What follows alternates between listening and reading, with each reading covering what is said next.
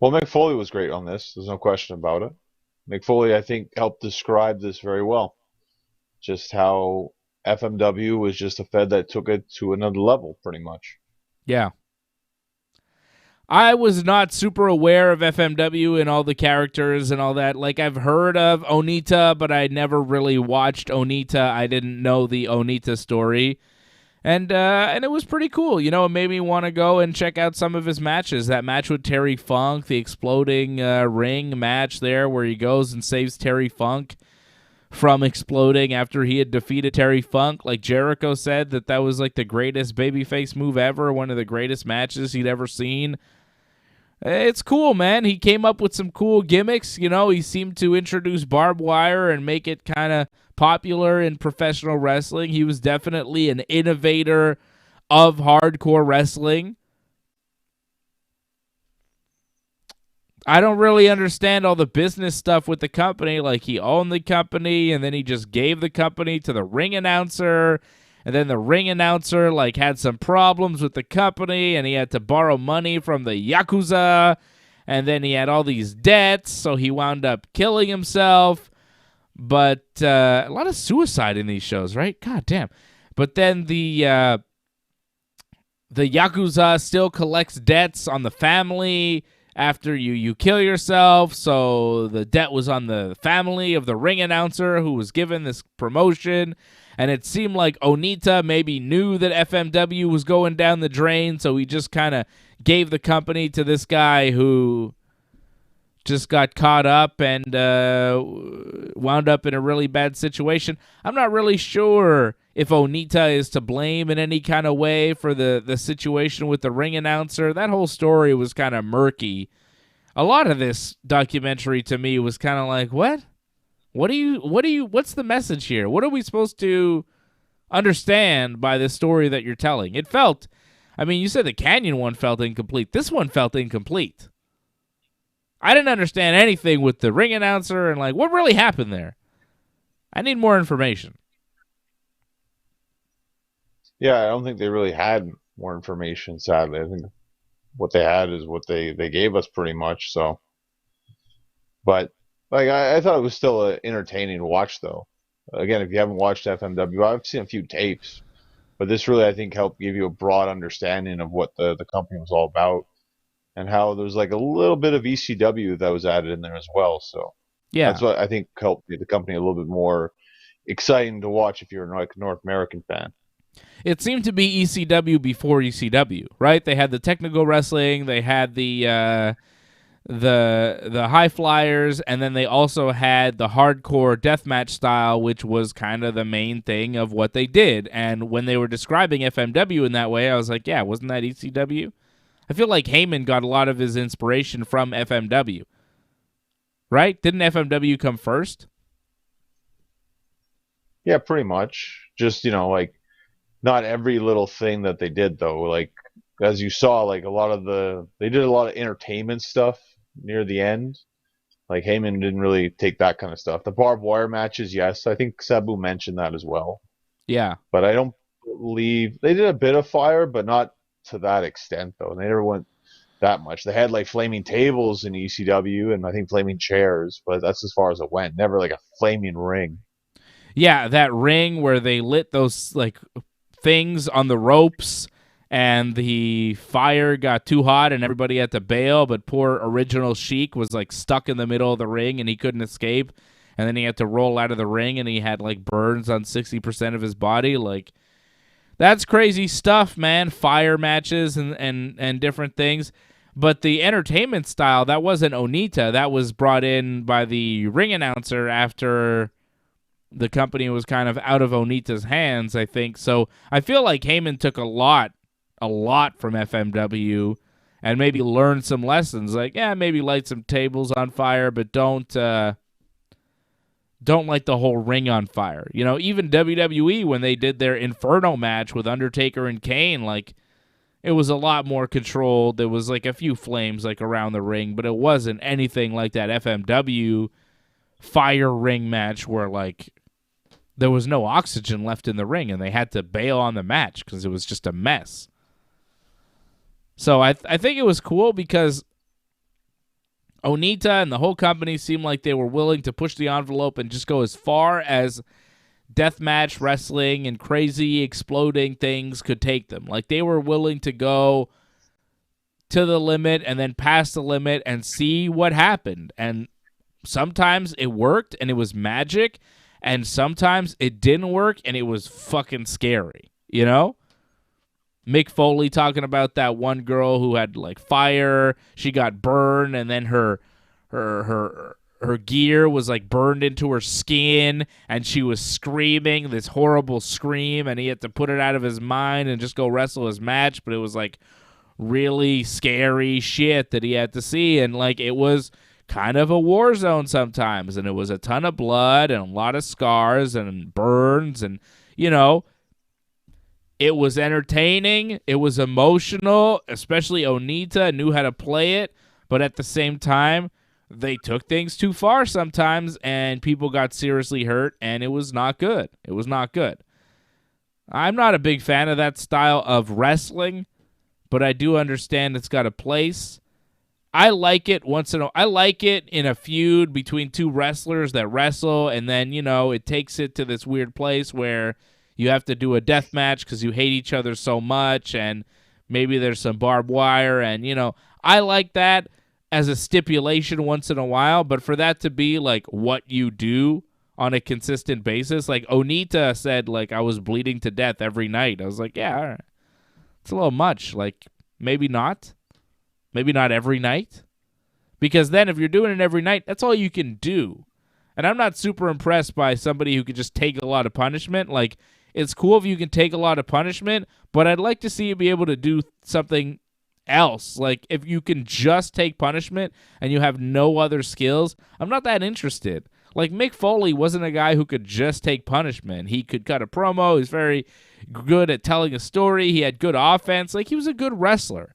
Yes, he could take crazy punishment, but he was also very good at wrestling. So I'm not a big fan of just deathmatch style because I feel like you got to be able to do some other shit too. And Onita seemed like he was just kind of bleeding all the time. But he had emotion to it. I mean, he told stories, you know. He was really good at it. It seemed from the documentary anyways. And from everything I've heard, Onita was like the best. But there's a lot of guys out there that just kind of bleed, and that's all they do. You know, there's a lot of deathmatch wrestlers that aren't Onita, you know. A lot of hardcore wrestlers that aren't Mick Foley or Terry Funk or Sabu. Well, from what I found watching Onita, because I think I watched one of the best of Onita tapes one time, FMW, and it just felt like, yeah, the match stipulation was different, but it was pretty much the story, the same match. It's like Onita's gonna go in there and get his butt kicked, and then make this heroic comeback and win, and cut this promo where he's crying, and it was pretty much the same thing all the time. And yeah, like it worked. People were happy about it, but it was exactly the same thing, just different match setting, whatever, different opponent. But it's like, oh, Onita's gonna go down in a blaze of glory, but no, he's gonna make a big comeback and FMW forever. Super chat. Like Super chat. Not to say it was bad, but it got repetitive. Well, then maybe I won't watch it. If it's the same thing over and over again, he cries, he pours water on his head, but the people seem to love it. Jericho put it over like it was the greatest thing ever.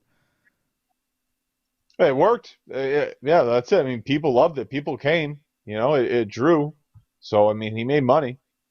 So you can't blame that. But I'm just saying, like, if you are watching, like, oh, I want to see what this match was like. I mean, okay, there was barbed wire here, and there was barbed wire in this situation, explosion here, explosion there. That's really the only difference, really. Like, there's not really like amazing wrestling moments except for explosions here and there.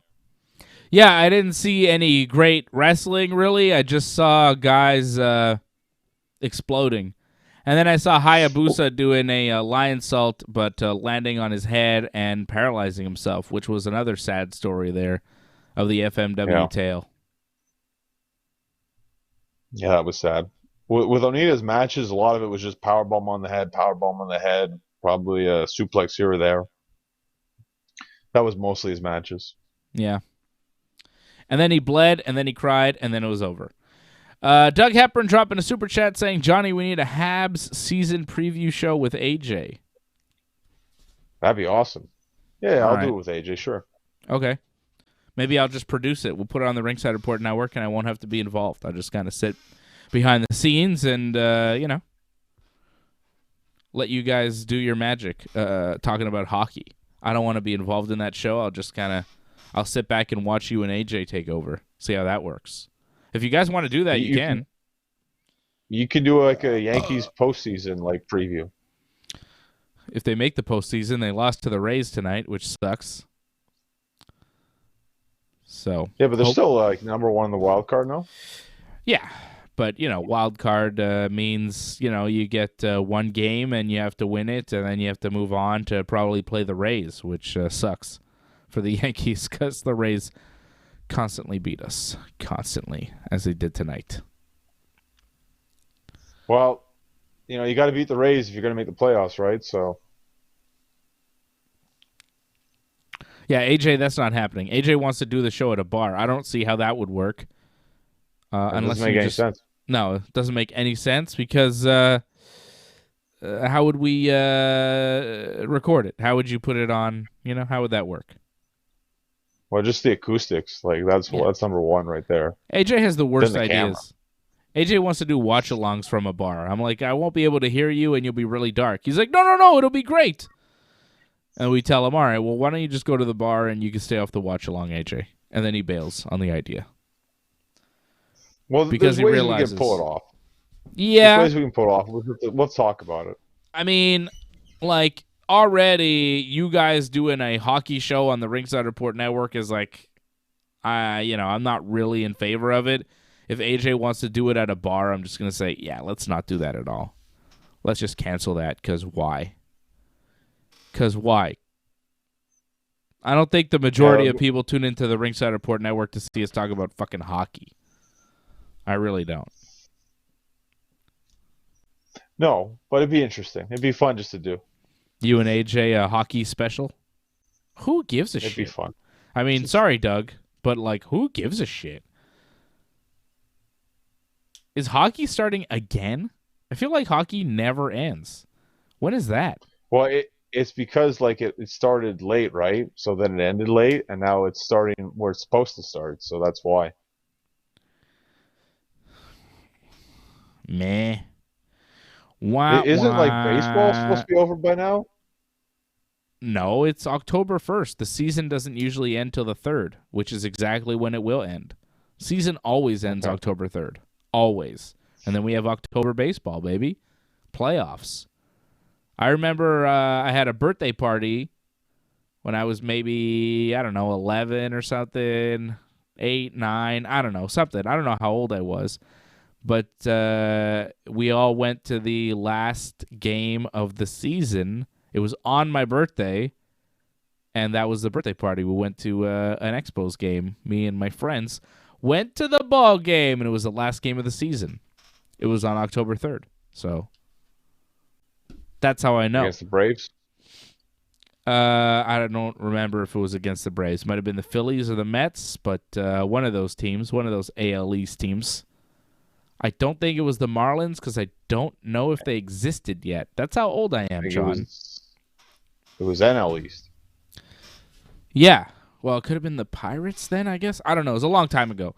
But, yeah, last game of the season, usually on October 3rd, and then we start October postseason baseball, which is very, very exciting. Also, OJ was found not guilty on October 3rd, 1995. I also remember that happening on my birthday. That's about it. That's all I got for you.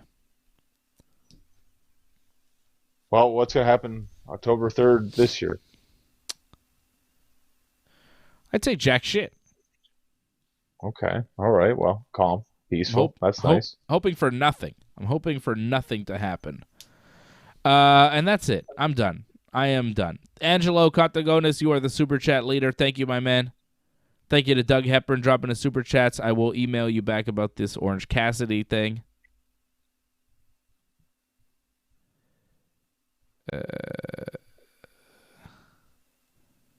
Doug saying happy birthday, Dave. Thank you, Doug. Thank you, Harold Schneider, dropping a super chat. Thank you, Brian Firth, dropping a super chat. Thank you, Franco316. Thank you to all the members as well. Appreciate you guys. All the members, Doug, Angelo, Franco, Harold, Brian. Thank you, everybody. We appreciate you. And that's it. That's it. I'll be back here on Monday night after Raw. Oh, my God. I actually get a couple days off in a row. I don't think that's happened in a while. You had two, you had the UFC, you had the Extreme Rules. So, yeah, it was a pretty long week. Yeah, it was a ridiculous week. Like, it never, ever ended. It seems like we've been working constantly every day forever. So it'll be nice to get a weekend off here and then be back at it after the draft. Night 2 of the draft on Monday night, right after Raw. Like this video, subscribe to the channel, do all the things, leave a comment, helps the algorithm. We appreciate you. Okay? I'll see you after Raw right here on the Ringside Report Network.